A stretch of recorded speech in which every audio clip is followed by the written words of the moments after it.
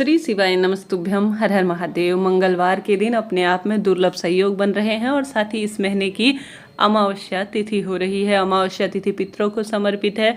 अगर पितरों के नाम का सही विधान से दीपदान कर लिया जाए ना तो जीवन में सब सुख स्वयं ही प्राप्त हो जाते हैं।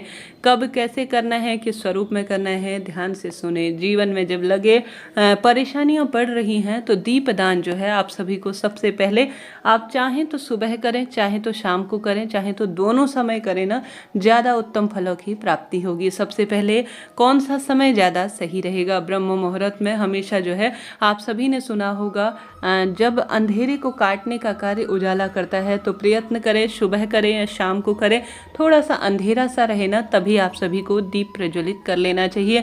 कहने का अर्थ है हल्का सा अंधेरा, हल्का सा उजाला, यह समय सबसे उपयोगी माना जाता है दीपदान के लिए।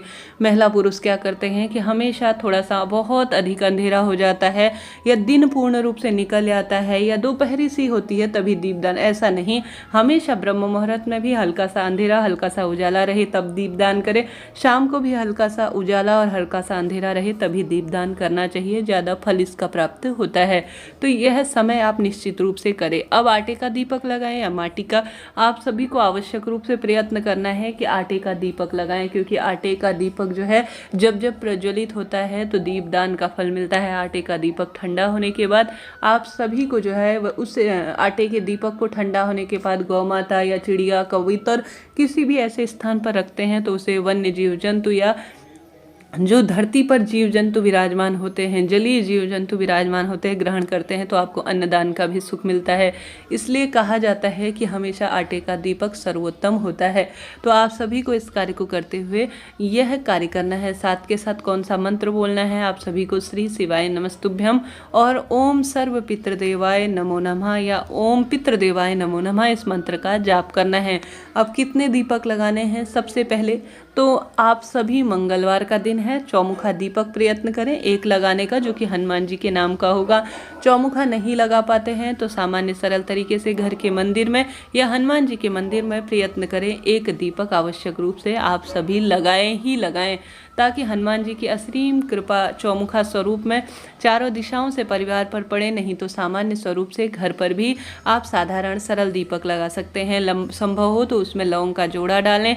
साथ के साथ आवश्यक रूप से आप सभी को जो है हनुमान जी महाराज के मंदिर में या घर पर हनुमान जी के सरल से मंत्र का जाप या हनुमान चालीसा का पाठ जरूर से करना चाहिए, ताकि हनुमान जी महाराज असीम कृपा घर परिवार पर करके देखिएगा, लाभ होगा। मंगलवार का दिन है, बालाजी महाराज महादेव के ही 11वें रुद्रावतार है, भूलिएगा नहीं। इस कार्य का नियम आप सभी बांध लीजिए। अब जानते हैं पितरों के नाम का 5 दीपक का विधान।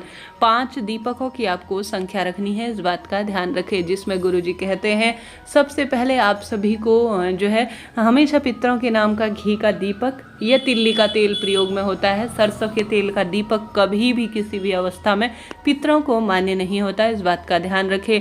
गरुड़ पुराण में, शिव महापुराण और अन्य शास्त्रों में स्पष्ट रूप से लिखा है कि आप सभी को घी या जो है तिल्ली के तेल का ही प्रयोग करना है। इस कार्य को करने के लिए सबसे पहले आप सभी साफ स्वच्छ हो जाएं। अगर शाम को दीपक प्रज्वलित कर रहे हैं, हमारे पितरों को साफ स्वच्छता बहुत अधिक प्रिय होती है, इस बात का ध्यान रखें।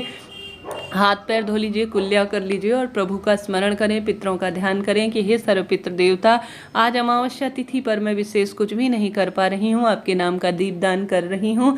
आप इस दीपक को पूर्ण रूप से प्रकाशित करें और जीवन को सुखमय बनाएं। ऐसा कहते हुए सबसे पहला दीपक आप सभी को आवश्यक रूप से अपने घर के मंदिर में रखना है। कई भक्तजन घर के मंदिर में ही देवताओं को स्थान जो है दिए रहते हैं, आवश्यक भी है। घर के मंदिर में भी आप स्मरण कर सकती हैं अपने पितरों का। तो एक दीपक यहाँ पर लगाएं।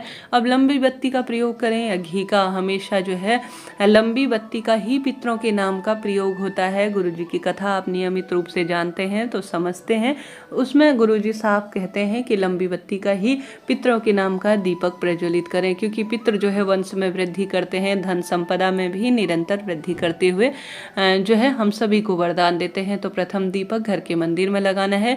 दूसरा दीपक अपने घर के मटके के पास अर्थात रसोई घर में जहाँ पर माँ अन्नपूर्णा का वास है, वहाँ पर आपको प्रज्वलित करना है पितरों के नाम का दीपदान। विशेष तौर पर इसी स्थान पर शुभ माना जाता है। आप सभी पितरों के नाम का दीपक लगाएं ना रसोई घर में और पीपल वृक्ष की जड़ में, तो आप सभी को इसका मुख दक्षिण दिशा की ओर रखना है। इस बात का ध्यान रखें, इस बात का आप सभी नियम बांध कर चलें। पितरों के नाम का जो अगला दीपक होगा, जैसे मैंने पहले ही बताया, पीपल वृक्ष की जड़ में ओम सर्व पितृ देवाय नमो नमः, और सभी देवी देवताओं का वास पीपल वृक्ष में माना जाता है। आप सभी को दक्षिण दिशा की ओर मुख करते हुए पितरों का स्मरण करना है और लंबी बाती का दीपक पीपल वृक्ष की जड़ में लगाना है। साथ के साथ आप सभी को आवश्यक रूप से बेलपत्र वृक्ष के नीचे, जैसा कहा जाता है कि बेलपत्र वृक्ष के नीचे अगर किसी मृत व्यक्ति की अर्थी भी गुजरती है या पैतृक श्राद्ध के दिन उनके नाम का जो है जो बेलपत्र वृक्ष होता है उसके नीचे से अर्थी गुजरती है, तो उसे शिवलोक में स्थान प्राप्त होता है। अगर पितरों के नाम का बेलपत्र वृक्ष रोपित किया जाता है तो पितरों की असीम कृपा इससे प्राप्त होती है। तो प्रयत्न करना है पीपल वृक्ष की जड़ में भी आप सभी विशेष अमावस्या तिथि पर दीपक लगाएं। महादेव के मंदिर में और श्रीहरि विष्णु के मंदिर में तो प्रयत्न करना ही है, आप सभी को दीपक लगाना है। साथ के साथ भूल चूक के लिए क्षमा प्रार्थी हों, बहते हुए पानी इत्यादि में भी दीपदान कर देते हैं तो शुभ ही शुभ माना जाता है। पितृ देवता प्रसन्न होते हैं तो असीम कृपा घर परिवार पर बरसाते हैं, बिन मांगे सब कुछ दे देते हैं। साथ के साथ गुरुजी कहते हैं आप कहीं नहीं जा सकते बहते हुए पानी में, और साथ के साथ जो है बेलपत्र पीपल वृक्ष महादेव के मंदिर श्रीहरि विष्णु के मंदिर नहीं जा सकते, तो सिर्फ घर के दरवाजे पर आप सभी कम से कम जो है पितरों के नाम का दीपदान घर के ही मंदिर में, घर के ही स्थान पर, कहीं ऐसे स्थान नहीं जा सकते कोई दिक्कत नहीं। सर्दी का समय है, एक दीपक घर के मंदिर में, एक मटके में, एक घर के मुख्य दरवाजे पर, एक जो है अपने पितरों के नाम का जो है घर के दरवाजे के साथ साथ जो हमारे घर पर तुलसी माँ लगी होती है उस स्थान पर कम से कम घर पर ही पितरों का स्मरण कर कर दीपक लगाने का प्रयत्न करें, भाग्य चमकेगा।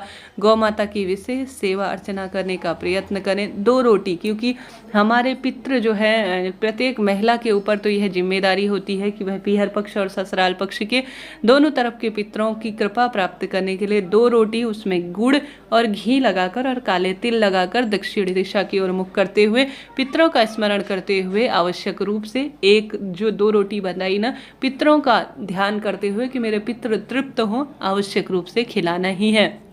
इससे असीम कृपा पितरों की जो है होती है घर में, और साथ के साथ पितृ भी तृप्त होते हैं।